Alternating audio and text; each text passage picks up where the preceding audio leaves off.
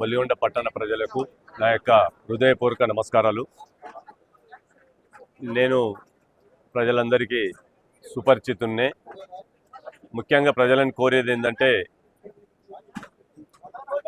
అనేక మంది ఎన్నికలు రాగానే మరి పదవుల మీద ఆకాంక్షతోనో లేకపోతే ఇంకే విధంగానో అధికారం మాకే ఉండాలి, మేమే అధికారంలో ఉండాలి, అసలు పాలితులం మేము, పాలకులం మేము, పాలితులు వాళ్ళు అన్నట్టు మరి ఎక్కడి నుంచో మరి వాస్తవంగా డబ్బులు రాగానే డబ్బులు ఇచ్చి దొరతనాలను కాపాడుకోవడానికే పదవులు ముఖ్యం ఉంటాయి.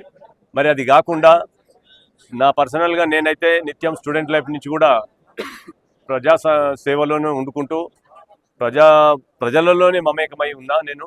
మరి గతంలో నన్ను 2-3 సార్లు ప్రజలు ఇక్కడ వలిగొండ ప్రజలు ఆదరించిన దాన్ని నేను వమ్ము చేయకుండా 2001లో నన్ను సర్పంచ్ గెలిపించారు, 95లో సింగిల్ విండో చైర్మన్ గెలిపించారు. మరి వాటికి ఆ రెండింటికి నేను న్యాయం చేయగలిగిన. అప్పుడు నేనున్నప్పుడు ఈ గ్రామం కూడా ఇంత డెవలప్మెంట్ లేకుండే.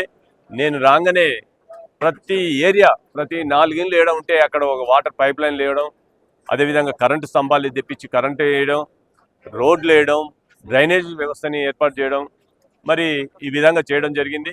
గ్రామం మీద దృష్టి పెట్టి గ్రామం పేద ప్రజలు ఎక్కడైతే ఉంటారో అక్కడ వాళ్ళ సమస్యలను మేము కేంద్రీకరించి చూసి నిత్యం వాళ్ళ ఎమ్మటి వండుకుంటూ వాళ్ళ సమస్యల మీదనే నేను నిత్యం 5 ఏళ్ళు గడిపిన. అప్పుడు అప్పటి అభివృద్ధి నా తర్వాత వచ్చిన సర్పంచులు కొంతమేరకు చేయగలిగినారు, కానీ ఇంకా సంపూర్తిగా చేయలేకపోయారు. మళ్ళీ అదేవిధంగా నేను మొన్న ఎంపీటీసీ గెలిచినాక కూడా గెలవంగానే మన ఎమ్మెల్యే గారిని పోయి మళ్ళీ, అంటే నేను ఎంతసేపు ప్రజల కోసం ఆలోచిస్తున్నాను, నా ఊరి కోసం ఆలోచిస్తున్నా కాబట్టి గెలవంగానే సార్ని ఎమ్మెల్యే గారిని, మాజీ ఎమ్మెల్యే గారిని అడగంగానే అప్పుడు ఆయన, నా పిల్లల్ని కంపల్సరీ నీ వలిగొండ డెవలప్మెంట్ చేసే బాధ్యత నాది, నేను తీసుకుంటా అని చెప్పేసి సారు అన్నాడు. అన్నట్టే వలిగొండ మండల కేంద్రానికి 24 కిలోమీటర్లు రోడ్లు వేసిండు. అంటే ఇక్కడి నుంచి భువనగిరి దాకా మనం చూసుకుంటే గల్లీ 4 ఇళ్ళు ఉంటే ఆడ రోడ్కి వేయించడం జరిగింది. మేమే ముందు బాధ్యత తీసుకొని, అదేవిధంగా 1.5 చిల్లర పెట్టి 1,20,00,000 దాకా side drains, road under ground drainage వేయించడం జరిగింది.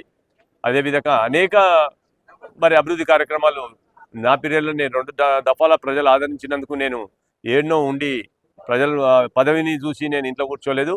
ప్రజల కోసం ఆలోచించి ప్రజా సమస్యలను, గ్రామ అభివృద్ధి కోసమే పాటుపడ్డా. ఎప్పుడు నిత్యం కూడా ఈసారి కూడా వాస్తవంగా మరి ఇంకోరికి ఇవ్వాలని నా ఆలోచన ఉండే. మరి వాళ్ళు కూడా మరి సిద్ధము కొంత మేరకు మరి ఎదుటి వ్యక్తులని చూసి, అక్కడ ఎమ్మెల్యే గారు ఉన్నారు, దొరలు ఉన్నారు, ఆ దొరలకు భయపడే వాస్తవంగా మా గ్రామంలో ఉన్న మిత్రులు కొందరు వెనుకం చేయడం జరిగింది. మరి దానికోసం నేను కంపల్సరీ మళ్ళీ ప్రజలలో మరి అది కాదు ముఖ్యం, అధికారం అంటే దొరలది కాదు, అధికారం అంటే ఒక వ్యక్తులది కాదు, డబ్బులు ఉన్నోళ్ళదే కాదు అని చెప్పేసి దాన్ని తీసుకొని మళ్ళీ నేను మరి అందరి కోరిక మేరకు నేను మళ్ళీ మన రంగంలో దిగడం జరిగింది. సర్పంచ్ అభ్యర్థిగా నిలబడడం జరిగింది.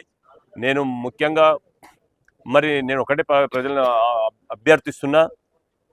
నేను గత చరిత్రలో అంటే చూడండి, నేను ఎప్పుడు కూడా ప్రజలలో వండుకుంటూ పనిచేసిన, మళ్ళీ కూడా నాకు అవకాశం ఇస్తే ఈ 5 సంవత్సరాలు వలిగొండ డెవలప్మెంట్ కోసం మీ అందరి సహకారంతో, ఒక ఎమ్మెల్యే గారు ఉన్నా, ఇంకే ప్రభుత్వం ఉన్నా, గ్రామ పంచాయతీకి వచ్చే నిధులు వస్తాయి. మనం అధికారులని మంచిగా ఉండి అధికారుల ద్వారా మనం నిధులు తీసుకురావచ్చు. నేను గెలిచినాక ఎమ్మెల్యే గారు ఏ ఎమ్మెల్యే అయినా మన అందరు ఎమ్మెల్యేనే. ఎవరు గెలిచినా పార్టీలతోని గెలిచినప్పుడే పార్టీలు తప్ప గెలిచినాక తర్వాత అందరికీ ప్రజాప్రతినిధులే. కాబట్టి నేను గెలిచితే మళ్ళీ ఎమ్మెల్యే గారు చుట్టూ తిరిగి ఎమ్మెల్యే నుంచి కూడా ఏమైనా ఫండ్ తీసుకొచ్చి ఇక్కడ నేను అభివృద్ధి చేయడానికి ముందుంటా. కాబట్టి వాళ్ళు వస్తేనే, వాళ్ళ మనసులు వస్తేనే వలిగొండ డెవలప్ అవుతుంది అనే మాట, ఆ వాయిస్ కరెక్ట్ కాదు. అది ఎవరు గెలిచినా ఇంట్లో ఉండి గెలిచి వాళ్ళ మనసులే గెలిచి అధికారం కోసం గెలిచి వాళ్ళు సమయం ప్రజలకు ఇయ్యరు. మరి ఎంతసేపు గ్రామ పంచాయతీ లేకపోతే ఇల్లు ఉంటుంది. నేను గెలిస్తే ఎప్పుడు చూడు ప్రజల మధ్యలోనే ఉంటా.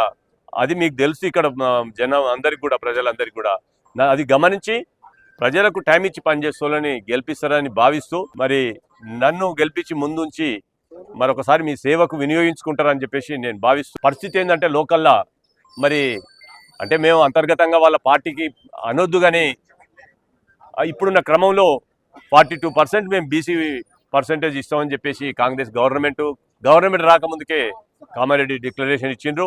నిన్న మొన్నటి దాకా కూడా కంపల్సరీ మేము ఇస్తామని చెప్పేసి మరి రిజర్వేషన్ ఇస్తామని చెప్పేసి ఇవ్వలేకు ఏదో మళ్ళీ పార్టీ పరంగా మేము ఇస్తామని చెప్పేసి తప్పుకున్నారు. ఆ పార్టీ పరంగా కూడా బీసీల గొంతు కోస్తున్నారు. ఈరోజు ఇక్కడ 2 సంవత్సరాల నుంచి అతను నిత్యం ప్రజాసేవలో వండుకుంటూ అతనితో నుంచి డబ్బులు ఖర్చు పెట్టించి అన్ని చేసి ఆయనకి ఇస్తాన్ని పెట్టి ఇయ్యక ఈ బీసీలు ఏడ ఎదిగితే రాజకీయంగా మాకు ఇదవుతుందో అని చెప్పేసి మళ్ళీ ఆ దొరతనాన్ని కప్పిపుచ్చుకోవడానికి మళ్ళా కాపాడుకోవడానికి వాళ్ళ తమ్ముడినే మళ్ళీ ఇప్పుడు ఇక్కడ సర్పంచ్ స్థానానికి నిలబెట్టడం జరిగింది. నేను ముఖ్యంగా ఎస్సీ ఎస్టీ బీసీ మైనార్టీ సోదరులందరినీ అభ్యర్థిస్తున్నా. మనం వాస్తవంగా ఇది ఇప్పుడు ఒక వేవ్ వస్తుంది ఈ రాష్ట్రంలో. మరి మనకు తెలుసు, ప్రజలందరూ కూడా గమనిస్తూనే ఉన్నారు. ఏ దేశంలో ఎక్కడనో ఏదో రూపమైన విప్లవాలు వస్తూనే ఉంటాయి, అవి ఆగాయి. తెలుసు మీకు. అంటే కమ్యూనిజం ఒకటే కాదు, ఒకటే రూపం ఉండదు, అనేక రూపాలలో విప్లవాలు వస్తున్నాయి. దానికి ఉదాహరణ మన తెలంగాణ ప్రజలకు తెలుసు. తెలంగాణ వాదం అనేది అదొక విప్లవాత్మకంగా మార్పు తీసుకొచ్చి అది కూడా విప్లవే భావించాలి. అట్లా దాన్ని సాధించి ఇన్నేళ్ళు సాధించని తెలంగాణ సాధించి కేసీఆర్ గారు మరి అలాంటి విప్లవం ఇప్పుడు బీసీ విప్లవం వస్తుందని నేను భావిస్తున్నా. ఈ రాష్ట్రంలో మొన్ననే ఓ 10 ఏళ్ల కింద మన తెలంగాణ విప్లవం ద్వారానే వచ్చింది. ఇప్పుడు కూడా ఈ బీసీ వాదం కూడా బలపడుతుంది. ఈ భవిష్యత్ ఇక్కడున్న స్థానిక సంస్థల ఎన్నికలన్నీ మెజార్టీ కూడా 7 జనరల్ స్థానాలలో ఉన్న బీసీలు నిలబడతారు కూడా. ఆ చైతన్యం ఉంటుందని భావిస్తున్నా.